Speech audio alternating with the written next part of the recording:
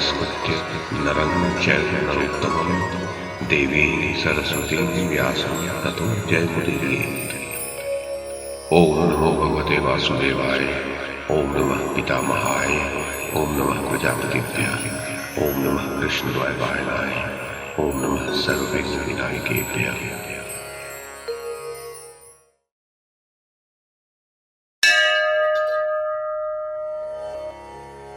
वैशंपायन जी कहते हैं, जन्मेजय, गांधारी बोली, दशारनंदन केशव, जिसे बल और शौर्य में अपने पिता से तथा तुमसे भी 1.5 गुना बताया जाता था, जो प्रचंड सिंह के समान अभिमान से भरा रहता था, जिसने अकेले ही मेरे पुत्र के दुर्भेद्य व्यूह को तोड़ डाला था, वही अभिमन्यु दूसरों की मृत्यु बनकर स्वयं भी मृत्यु के अधीन हो गया।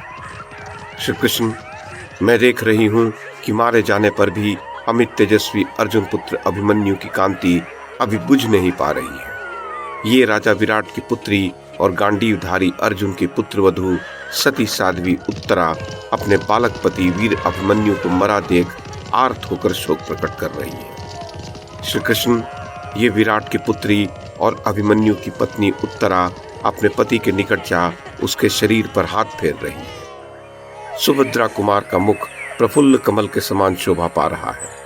उसकी ग्रीवा शंख के समान और गोल है।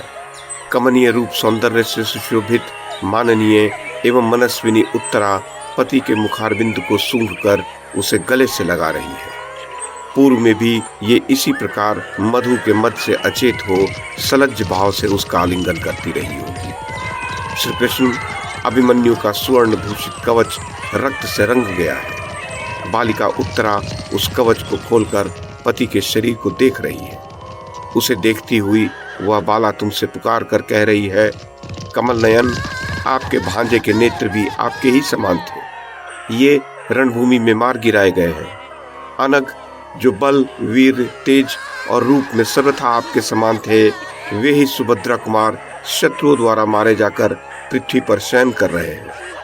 श्री कृष्ण, अब उत्तरा अपने पति को संबोधित करके कह रही है, प्रीतम, आपका शरीर तो अत्यंत सुकुमार है।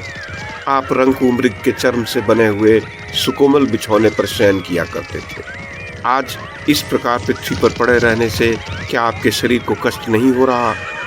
जो गज की सूंड के समान बड़ी है, निरंतर प्रत्यंचा खींचने के कारण रगड़ से जिनकी त्वचा कठोर हो गई है तथा जो सोने के बाजूबंद धारण करते हैं, उन विशाल भुजाओं को फैलाकर आप शयन कर रहे हैं। निश्चय ही बहुत परिश्रम करके मानो थक जाने के कारण आप सुख की नींद ले रहे हैं। मैं इस प्रकार आर्त होकर विलाप कर रही हूँ, किंतु आप मुझसे बोल तक नहीं रहे हैं। मैंने कोई अपराध किया हो ऐसा तो मुझे स्मरण नहीं है। तब क्या कारण है कि आप मुझसे नहीं बोल रहे? पूर्व में तो आप मुझे दूर से भी देख लेने पर बोले बिना नहीं रहते थे। आर्य, आप माता सुभद्रा को, इन देवताओं के समान ताऊ, पिता और चाचाओं को तथा मुझ दुखातुरा पत्नी को छोड़कर कहाँ जाएंगे? जनार्दन, देखो, अभिमन्यु के सिर को गोदी में रखकर उत्तरा उसके रक्त से सने हुए केशों को हाथ से उठा उठाकर सुलझा रही है और मानो वो जी रहा हो उससे इस प्रकार पूछ रही है, प्राणनाथ, आप वासुदेव नंदन श्री कृष्ण के भांजे और गांडीवधारी अर्जुन के पुत्र थे। रणभूमि के मध्य भाग में खड़े हुए आपको इन महारथियों ने कैसे मार डाला? उन क्रूर कर्मा कृपाचार्य, कर्ण और जयद्रथ को धिक्कार है। द्रोणाचार्य और उनके पुत्र को भी धिक्कार है, जिन्होंने मुझे इसी आयु में विधवा बना दिया। आप बालक थे और अकेले युद्ध कर रहे थे, तब भी मुझे दुख देने के लिए जिन लोगों ने मिलकर आपको मारा है, उन समस्त श्रेष्ठ महारथियों के मन की उस समय क्या दशा हुई थी? वीर, आप पांडवों और पांचालों के देखते देखते सनाथ होते हुए भी अनाथ की भांति कैसे मारे गए? आपको युद्ध स्थल में बहुत से महारथियों द्वारा मारा गया देख आपके पिता पुरुष सिंह वीर पांडव अर्जुन कैसे जी रहे हैं? कमल नयन, प्राणेश्वर, पांडवों को जो ये विशाल राज्य मिल गया है, उन्होंने शत्रुओं को जो पराजित कर दिया है, ये सब कुछ आपके बिना उन्हें प्रसन्न नहीं कर सकेगा। आर्यपुत्र, आपके शस्त्र द्वारा जीते हुए पुण्य लोकों में मैं भी धर्म और इंद्रिय संयम के बल से शीघ्र ही आऊंगी। आप मेरी वहां राह देखिएगा।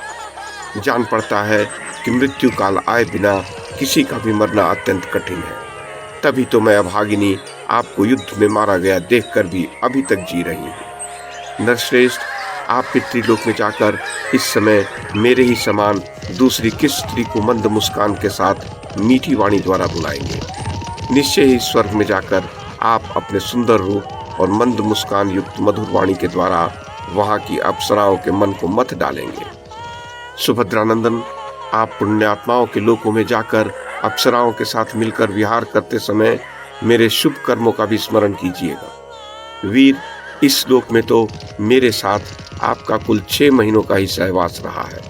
7वें महीने में ही आप वीर गति को प्राप्त हो गए।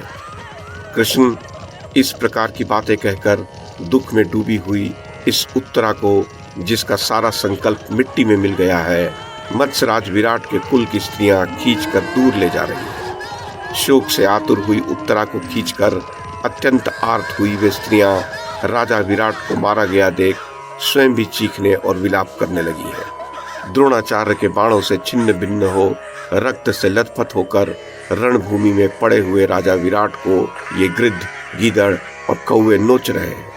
विराट को उन विहंगमों द्वारा नोचे जाते देख कजरारे नेत्रों वाली उनकी रानियां आतुर हो होकर उन्हें हटाने की चेष्टा कर रही हैं, पर हटा नहीं पा रही हैं। इन युवतियों के मुखारविंद धूप से तप गए हैं, आयास और परिश्रम से उनके रंग विवर्ण हो गए हैं। माधव, उत्तर, अभिमन्यु, काम्बोज निवासी सुदक्षिण और सुंदर दिखाई देने वाले लक्ष्मण, ये सभी बालक थे। इन मारे गए बालकों को देखो। युद्ध के मुहाने पर शयन करते हुए परम सुंदर कुमार लक्ष्मण पर भी दृष्टिपात करो।